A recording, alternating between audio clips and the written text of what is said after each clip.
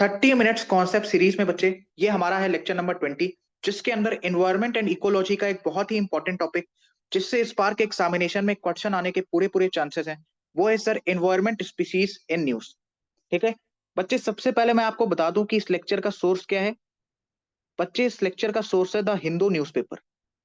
ठीक है, बीते कुछ हफ्तों में द हिंदू न्यूज़पेपर में कुछ स्पेसिफिक एनवायरनमेंट स्पीशीज के बारे में चर्चा करी गई है। वही एनवायरनमेंट स्पीशीज थोड़ा और डिटेल के साथ मैं आपको आज की क्लास में पढ़ाने वाला हूं। तो चलिए बच्चे स्टार्ट करते हैं। Talking about reptiles. ठीक है बच्चे, अब आप सभी को पता है कि रेप्टाइल्स में आपके स्नेक्स आते हैं, टर्टल्स आते हैं, क्रोकोडाइल आते हैं, कोमोडो ड्रैगन आते हैं, कैमलियन आते हैं। एंड बच्चे आपको एक पॉइंट याद रखना है, दैट इज गीको। ठीक है भैया, गीको भी आपके रेप्टाइल्स में आते हैं which is a part of environment species. Sir थोड़ा सा हम चर्चा करते हैं टर्टल्स वर्सेस टॉर्टोइस के ऊपर। पॉइंट टू बी नोटेड बच्चे, इन दोनों में ही डिफरेंस होता है।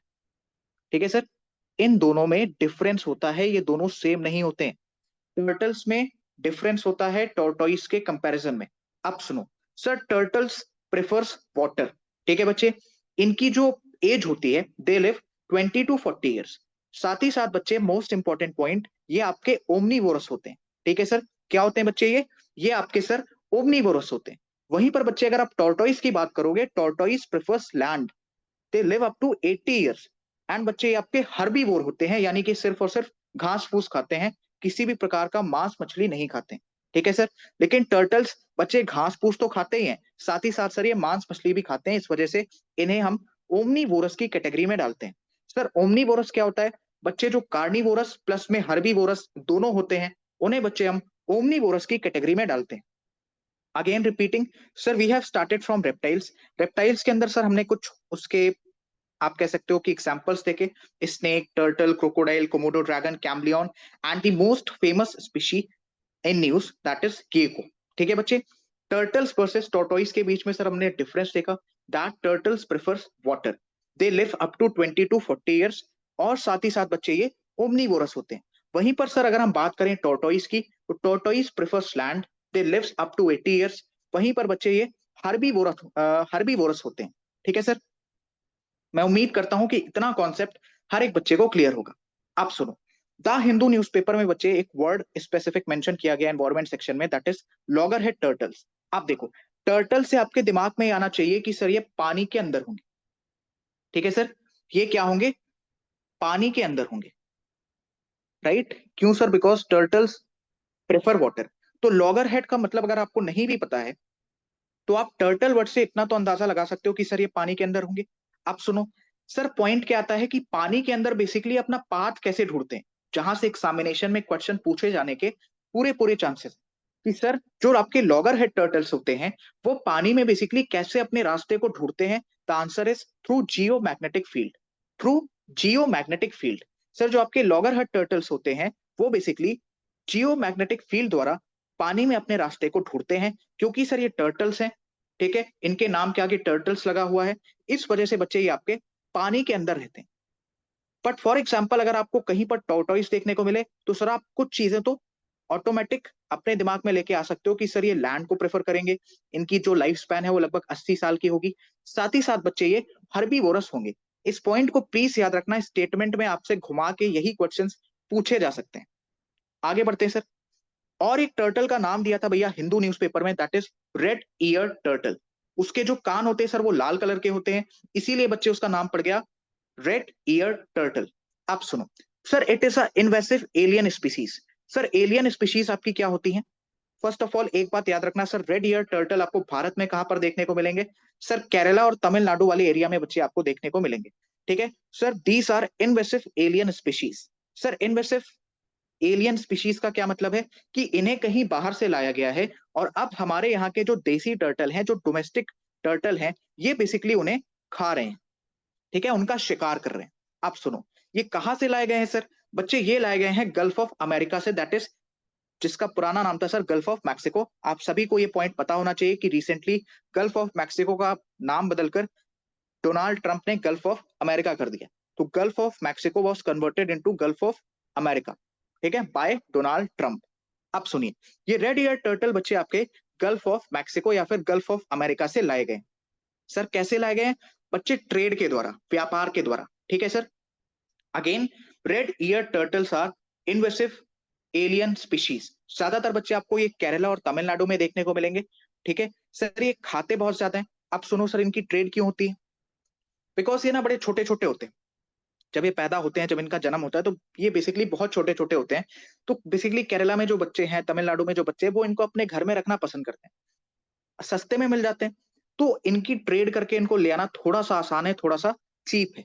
इसी वजह से ये आते हैं। बट जब ये घर में रहते हैं, इनको आप खूब ढेर सारा खिलाओगे, जैसे जैसे बढ़ते हैं, ये अपना जो खाने का अमाउंट है उसको बढ़ाते रहते हैं। तो एक टाइम के बाद बच्चे बहुत ज्यादा मोटे हो जाते हैं। उसके बाद इन्हें वहां की जो रिवर्स है, लोकल रिवर्स में इन्हें छोड़ दिया जाता है। उसके बाद बच्चे, उसके अंदर जो आपके टर्टल्स होते हैं, ये उनका शिकार करते हैं, उनको खाते हैं, बिकॉज खाने की आदत तो इन्हें है ही। इसी वजह से बच्चे ने, इनके लिए एक टर्म यूज किया गया है, that is invasive alien species. Invasive alien species हर एक बच्चे को याद रखना है। रेड ईयर टर्टल से रिलेटेड आपको 3 पॉइंट याद होने चाहिए। भारत में आपको कहां पर देखने को मिलेंगे सर? केरला या फिर तमिलनाडु। कहां से लाए गए हैं सर? गल्फ ऑफ अमेरिका या गल्फ ऑफ मैक्सिको से, थ्रू ट्रेड। सर इनके लिए एक वर्ड यूज किया जाता है, इन्वेसिव एलियन स्पीशीज। सर दूसरा, इनका नेचर, ये खाते बहुत ज्यादा है।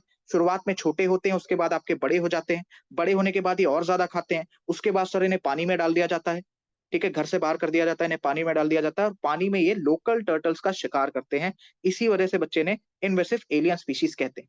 आई होप हर एक बच्चे को इतना कॉन्सेप्ट क्लियर होगा, ठीक है सर। पॉइंट नंबर 4, पॉइंट 4 की जो आपकी इन्वायरमेंटल स्पीशी है, that is flightless Antarctic rich, ठीक है, फ्लाइटलेस एंटार्कटिक रिच। बच्चे, इसका भी जिक्र द हिंदू न्यूज़पेपर में किया गया है। आप सुनो, एंटार्क्टिका में बच्चे बहुत ज्यादा ठंडी है।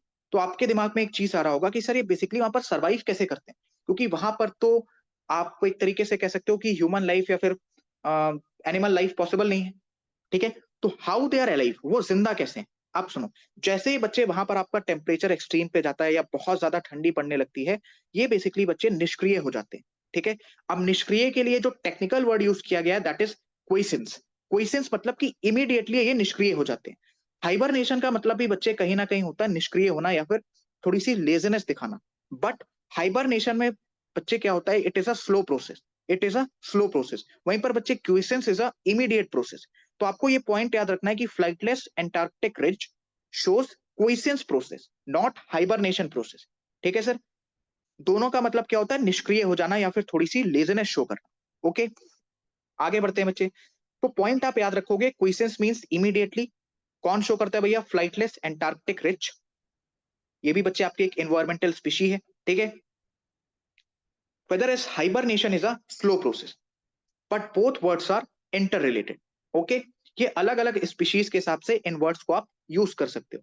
जो भैया आपकी इमीडिएट निष्क्रिय हो जाती हैं, क्या इमीडिएट आपकी लेजीनेस शो करने लगती है, उनके लिए बच्चे आप वर्ड यूज कर सकते हो क्विसेंस।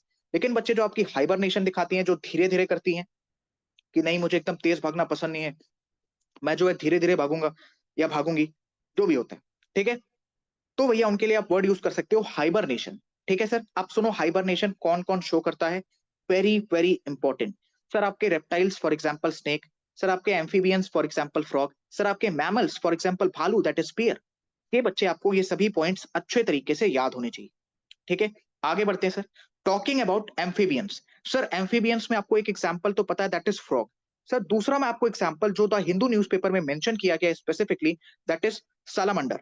सर सालामंडर क्या होता है? ये बेसिकली एक तरीके का आपका, आप कह सकते हो एनिमल होता है, एक तरीके का। फ्रॉग शेप तो मैं नहीं कहूंगा, लेकिन हाँ इसकी जो अपीयरेंस है वो कहीं ना कहीं फ्रॉग लाइक ही होती है, ठीक है। जो भैया कूद सकता है, बिल्कुल कूद सकता है सर। ये पता है चिपक भी सकता है, it can stick, it has a sticky surface, और कहीं पर चिपक भी सकता है। सर ये आपके कुछ कुछ सैलामेंडर आपके पॉइजनस भी होते हैं। क्या होते हैं सर? कुछ कुछ आपके सैलामेंडर पॉइजनस भी होते हैं। सर ये तो बड़े खतरनाक है। बिल्कुल बच्चे, ये खतरनाक होते हैं, कुछ कुछ, नॉट एवरी। सर ये क्यों बार बार ऐसे कूद पाते हैं, क्यों कहीं पे भी चिपक पाते हैं, इनकी इतनी मूवमेंट क्यों होती है सर? बिकॉज इनका जो थंब होता है बच्चे, जो इनका अंगूठा होता है, उसमें ये ब्लड सर्कुलेशन को ऑटोमेटिक कंट्रोल कर सकते हैं। ब्लड सर्कुलेशन ऊपर नीचे होती रहती है। यहाँ पर मैंने पॉइंट लिखा भी है। इसके लिए आप सिंपल सा यूज कर सकते हो कि सर ब्लड सर्कुलेशन को ये ऑटो कंट्रोल कर सकते हैं, यानी कि अपने हिसाब से कंट्रोल कर सकते हैं। Very very important. अब देखो, यहां पर आ गया सर ब्लड सर्कुलेशन वाला पार्ट। ठीक है। बायोलॉजी के अंदर आपसे एक क्वेश्चन पूछा जा सकता है कि ऐसा कौन सा एम्फीबियन है जिसके अंदर ब्लड सर्कुलेशन वो खुद से कर सकता है या ऑटो कंट्रोल कर सकता है। तो सर आपको आंसर देना पड़ेगा सैलामेंडर। ठीक है। हुआ क्या सर, क्वेश्चन टफ नहीं है, क्वेश्चन बच्चे टफ नहीं है। बायो के कॉन्सेप्ट को और एनवायरमेंट के कॉन्सेप्ट को, यानी बायो का कॉन्सेप्ट एंड एनवायरमेंट की स्पीशीज को मिक्स कर दिया। ठीक है। क्वेश्चन टफ नहीं है। बायो का कॉन्सेप्ट ऑफ ब्लड सर्कुलेशन जो कि मैंने आपको पढ़ा रखा है in the important concept series, and environment की स्पीशीज को इसमें मिक्स करके आपसे क्वेश्चन पूछ लिया गया, जो कि टफ नहीं है, बट आपको थोड़ा सा अटेंटिवली इसको सुनना पड़ेगा। ठीक है बच्चे, आगे बढ़ते हैं। तो सर एम्फीबियंस के अंदर आपको एग्जांपल याद रखना है, frog, along with that salamander। salamander sir, it can jump, yes sir. It can stick to any surface, yes sir. क्या कुछ कुछ पॉइजनस होते हैं? बिल्कुल सर। सर इनमें ऐसी फीचर्स क्यों पाई जाती हैं? ठीक है, बिकॉज इनका जो थंब, जो इनका अंगूठा होता है, उसमें ब्लड सर्कुलेशन ऊपर नीचे होती रहती है, या फिर आप कह सकते हो कि ऑटो कंट्रोल ही अपनी ब्लड सर्कुलेशन को कर सकते हैं। आगे बढ़ते हैं बच्चे। टॉकिंग अबाउट रेप्टाइल्स, बच्चे रेप्टाइल्स में देखो most important three, that is alligator, crocodile and घड़ियाल। सर ये क्लासिफिकेशन किया कैसे गया है? सबसे पहले तो आप एक पॉइंट नोट करो कि तीनों को आप हिंदी में कह देते हो मगरमच्छ, लेकिन सर ये क्लासिफिकेशन कैसे किया गया है? ऑन द बेसिस ऑफ जबड़ा। सर जबड़ा यानी कि आप जॉलाइन कह रहे हो, बिल्कुल सही। लेकिन मैं आपके समझने के लिए यहाँ पर बिल्कुल देसी वर्ड लिख रहा हूँ, बिकॉज अभी के लिए हमारे पास टाइम कम है और हमारे लिए सबसे ज्यादा इंपॉर्टेंट है चीजों के ऊपर कमांड बनाना। सर जबड़ा, सर एलिगेटर का जो जबड़ा होता है वो बहुत ही ज्यादा बड़ा होता है, आप ये कह सकते हो थिक, चौड़ा होता है। ठीक है। और घड़ियाल का भैया जो आपका जबड़ा है, ये बेसिकली आप इसको कह सकते हो point shape. Point shape in the sense त्रिशंकु की तरह होता है ये, लाइक दिस। ठीक है। क्रोकोडाइल का सर लाइक दिस, एलिगेटर का सर लाइक दिस। तो बेसिकली भैया इनके बेसिस पर क्लासिफिकेशन करी गई। घड़ियाल का भैया पॉइंटेड, पॉइंटेड।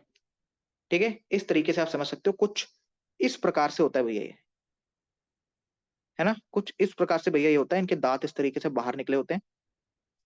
आप गूगल के ऊपर इसकी इमेज भी देख सकते हो अगर आपको अभी भी थोड़ा सा भी कनेक्शन बनाने में प्रॉब्लम आ रहा है। लेकिन सर हम इनके बारे में क्यों पढ़ रहे हैं? चलिए, एलिगेटर, क्रोकोडाइल और घड़ियाल के बारे में हमें तो समझ में आ गया थोड़ा बहुत जो भी आपने बताया।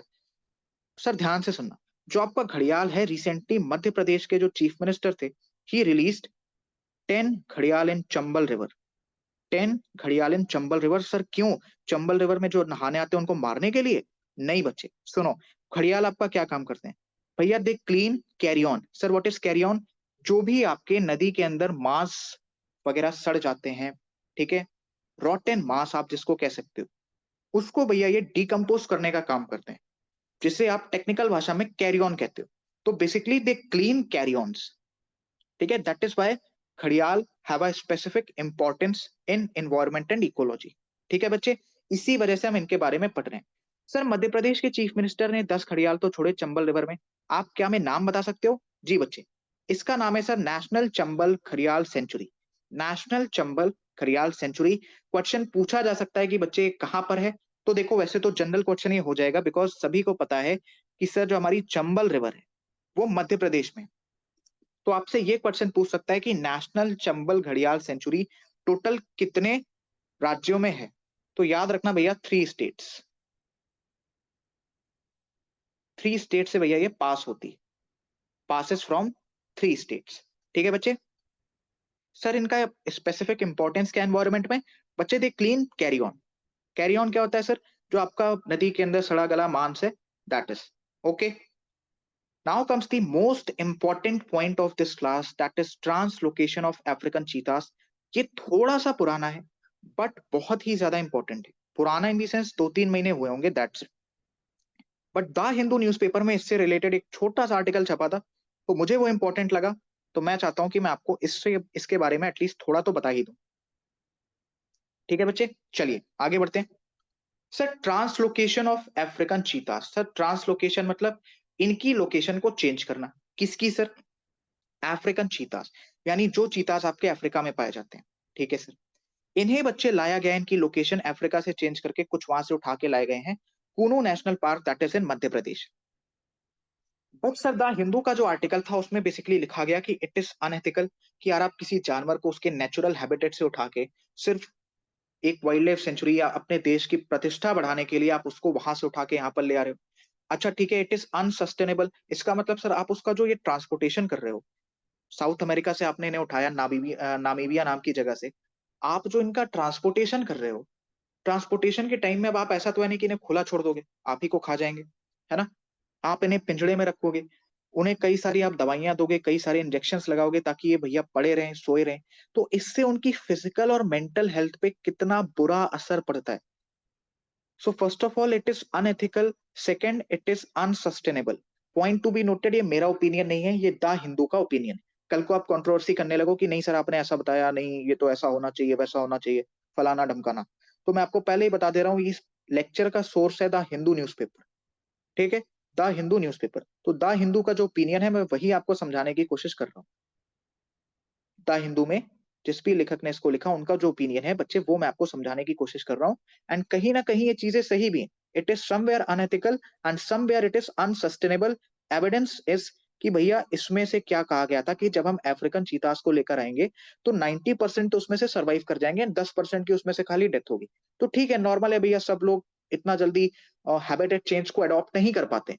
बट बट बट सर क्या बट सुनो, 40 to 50% ही आपके चीता सर्वाइव कर पाए। यानी कि सर यहाँ पे जो डेथ रेशियो है, जो डेथ रेट है, वो लगभग 50% का है। और कहा क्या गया था कि लगभग 90% आपके सर्वाइव करेंगे, 10 से 12 या 10 से 15% की ही डेथ होगी। तो ये तो अनसस्टेनेबल है, प्लस में सर ये अनएथिकल भी है। क्यों है ये बच्चे, मैंने आपको समझा दिया। सर ये आपका साउथ अफ्रीका का मैप है, ठीक है भैया, ये आपका साउथ अफ्रीका का मैप है, राइट। इसको आप बेसिकली इस तरीके से विजुलाइज कर सकते हो, अगर वर्ल्ड मैप पे भी देखोगे तो कुछ इसी तरीके की लोकेशन आपको देखने को मिलेगी। सर वहां पे आपका नामीबिया क्या है बच्चे, आपका नामीबिया। और नामीबिया से बेसिकली ये चीते लाए गए हैं कहां पर सर, कोनो नेशनल पार्क मध्य प्रदेश के अंदर, कोनो नेशनल पार्क मध्य प्रदेश के अंदर। मैं उम्मीद करता हूं कि हर एक बच्चे को ये सभी के सभी पॉइंट्स क्लियर होंगे। आगे बढ़ते हैं बच्चे। Sir let's discuss something about bovines, let's discuss something about bovines. Sir what are bovines, गौ जातियां, गाय की प्रजातियां, ठीक है। सर इसमें आपके कैटल आ गए, मिथुन आ गए, याक आ गए, बफेलो आ गए। बच्चे याद रखना they are ruminants. Sir what do you mean by the word ruminant, ध्यान से सुनो। ये बेसिकली क्या करते हैं, खाना खाते हैं, ठीक है। रूमिनेंट के कुछ और भी एग्जांपल है लाइक शीप एंड गोट। खैर पहले हम ये समझ लेते हैं सर रूमिनेंट का मतलब क्या है। ये भैया आपका खाना खाते हैं, खाना खाने के बाद उसको अपनी स्टमक में ले जाते हैं, ठीक है सर, उसके बाद वापस कहीं पर बैठते हैं, सेम खाने को वापस अपने माउथ में लेके आते हैं। अब कुछ उनका फंक्शन है, मैं यहाँ पे फंक्शन समझाने आपको नहीं बैठूंगा, वो इंपॉर्टेंट भी नहीं, ठीक है। यहाँ पे आप एनिमल हस्बेंड्री की स्टडी नहीं कर रहे हो। खैर सर वो अपने खाने को वापस माउथ में ले आते हैं, वापस उसको क्रश करते हैं, वापस उसके साथ, है ना, अपने मुंह के अंदर जो भी वो करते हैं, खाते हैं, आप उसको कह सकते हो कंप्रेस करते हैं, जो भी करते हैं सर, इसी प्रोसेस को हम कहते हैं रुमिनेंट। तो बच्चे आपको कैटल, मिथुन, यॉक, बफेलो सब में देखने को मिलेगा, शीप एंड गोट में भी आपको काफी हद तक ये प्रोसेस देखने को मिलता है, जिसके लिए बच्चे आप टेक्निकल वर्ड यूज करते हो रुमिनेंट्स। ओके, पेट में खाना ले गए, ठीक है, पहले मुंह में लिया, फिर पेट में ले गए, फिर कहीं पे बैठे, पेट से निकाल के मुंह में वापस चबाया, फिर अंदर ले गए, लाइक दिस। अब सर ये हमें क्यों पढ़ना है।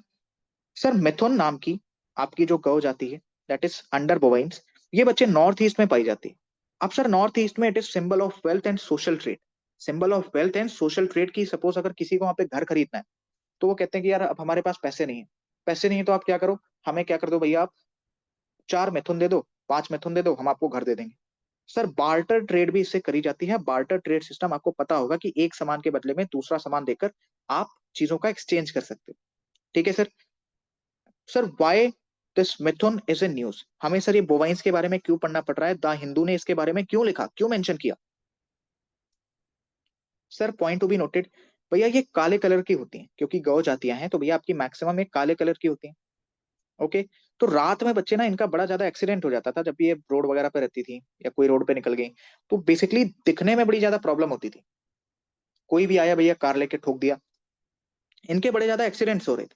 तो इसकी प्रिवेंशन के लिए, इसका बचाव करते हुए अरुणाचल प्रोजेक्ट रिफ्लेक्टर चलाया अरुणाचल प्रोजेक्ट रिफ्लेक्टर चलाया गया, जिसके तहत बच्चे इनके गले में एक कपड़ा डाल दिया गया जो बेसिकली लाल कलर का होता है, ताकि दूर से कोई भी अगर इन्हें देखे तो वो रिफ्लेक्ट हो और उन्हें पता चल रहा है कि नहीं यार, यहाँ पर मिथुन है, हमें इसका एक्सीडेंट नहीं करना है, because it is a symbol of wealth and social trade as well as barter trade. Plus में सर आपके जो ये मिथुन है, it is said to be that they must be entomophagy. Entomophagy या फिर एंटेमोफैगी। एंटेमोफैगी मतलब जो इंसेक्ट्स खाते हैं, जो भैया इंसेक्ट्स खाते हैं। अब सर इसका सिग्निफिकेंस क्या है? तो भैया इन्वायरमेंट में इस तरीके की बातें चलती हैं कि इन्वायरमेंट ही सब कुछ है, बात तो सही है, बट उसके लिए क्या इस हद तक जाना सही है कि यार आप चावल उबाल के खाओगे तो बड़ा खर्चा होगा, दूसरा इट इज बिट कॉस्टली, तो आप क्या करो, इंसेक्ट्स खाना स्टार्ट करो। ठीक है, इंसेक्ट्स खाना स्टार्ट करो। और इसका भैया बड़ा अच्छा एग्जाम्पल आपको उड़ीसा में देखने को मिलेगा, जहां पर लाल चींटियों की चटनी बनती है, उसे सर रेड वीवर कहते हैं, काई चटनी। और तो और इसको जीआई टैग भी मिला है। अब कई बच्चों को ये जियोग्राफिकल इंडिकेशन या फिर जीआई टैग भी समझ में नहीं आता। Sir what is GI tag? For example, आपकी दार्जिलिंग की चाय को जीआई टैग मिला।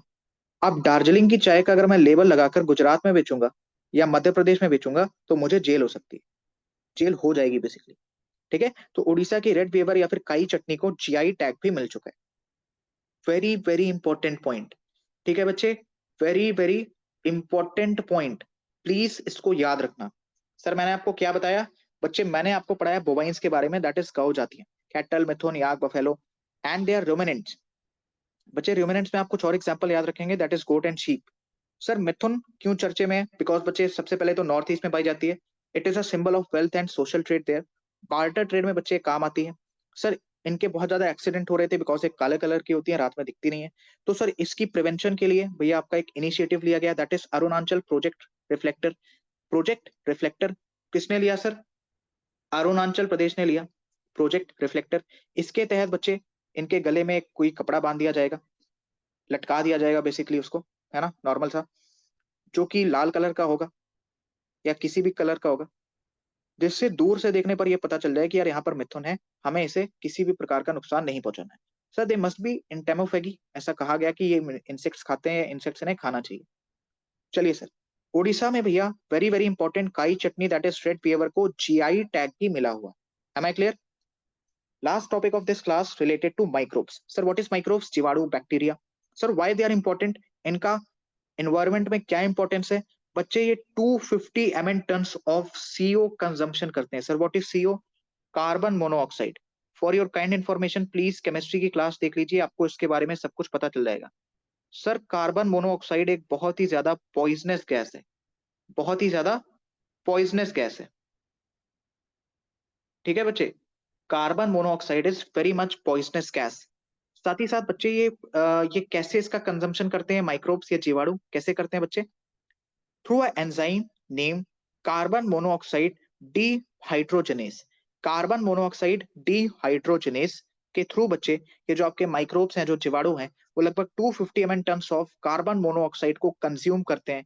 अब आप सोचो एनवायरनमेंट में कितने ज्यादा हेल्पफुल हैं, कितना क्रूशियल रोल ये प्ले कर रहे हैं, because carbon monoxide is a poisonous gas, is a